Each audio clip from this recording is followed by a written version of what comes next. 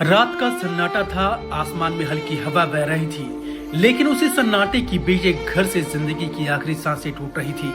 यह घर राजा अंसारी का था, जो अभी कुछ ही दिन पहले अपनी पत्नी अमीना और 2 साल की मासूम बेटी मायरा के साथ सपनों से भरी जिंदगी की शुरुआत करने यहाँ आई थी।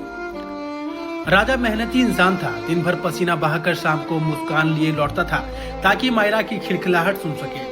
हर शाम उस छोटे से कमरे में मायरा की हंसी गूंजती थी। अब्बू अब्बू और थके चेहरे पर भी राजा का मन खिल उठता था। लेकिन मंगलवार की शाम जब सब कुछ बदल गया, उस रात ना तो मायरा की हंसी सुनाई दी, न ही अमीना की आवाज।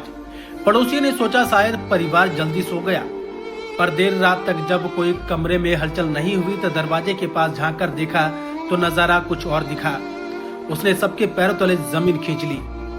राजा, अमीना और नन्ही मायरा तीनों बेसुध पड़े थे। कोई हरकत नहीं, कोई आवाज नहीं।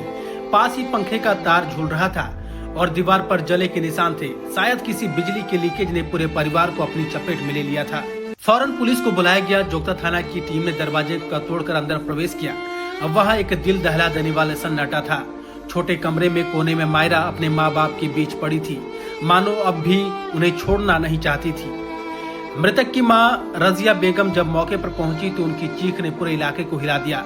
वे फूट फूट कर रोते हुए बोली, मेरा राजा, मेरा लाल, अभी तो कहा था अम्मी अब सब ठीक हो जाएगा। नया घर लिया है, मायरा के लिए छोटा सा स्कूल ढूंढेंगे, लेकिन भगवान ने सब कुछ छीन लिया। कुछ नहीं हुआ। वो बोलता था कि हम घर में भाड़ा पर गया तो भाड़ा पर रहता था। वो बोला हम यहाँ नहीं रहेंगे, मेरा पैसा नहीं बचता है। ऐसे बोला कि 5 लोगों के खिलाते पैसा नहीं बचता, हम भाड़ा घर में रहेंगे। तो कल बेटा हंसी खुशी से चल जाओ। वो एक रात में जहाँ भी रहा अच्छा रहा, वहाँ भी गए। 4-5 दिन टिके रहा। उसका बाद क्या हुआ उसको नहीं हुआ, फिर कुछ मालूम कौन कौन डेट किया आपके? कौन कौन लगते? मेरा बेटा, बहू, पोती। नाम क्या था उनका? राजा है, अमीना, माहिर।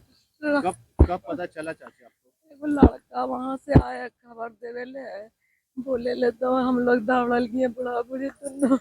घर में करंट आ गया था।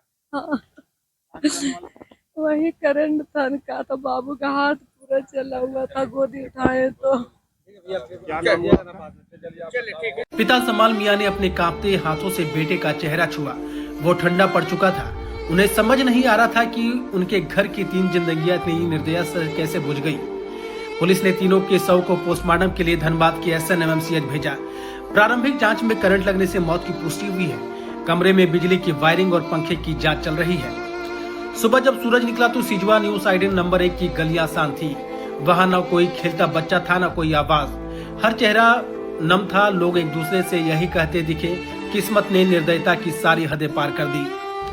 कभी मायरा की खिलखिलाहट से गूंजता घर अब सन्नाटे में डूब गया था। तीनों के चले जाने से ऐसा लगता था कि मानो छोटे से कमरे में अब भी उनकी परछाइयां ठहरी हों। अमीना के हाथों की महक, मायरा की खिलखिलाहट और राजा की थकान से मिली मुस्कान, सब वही है, बस वे खुद नहीं है। यह हादसा सिर्फ एक परिवार का अंत नहीं, बल्कि उस सपने का टूटना है जो हर इंसान अपनी छोटी सी दुनिया के लिए देखता है। एक घर, एक परिवार और थोड़ी सी खुशियां। लेकिन बिजली के एक झटके ने सब खत्म कर दिया, वो भी हमेशा के लिए। 99 न्यूज के लिए शंकर कुमार की रिपोर्ट।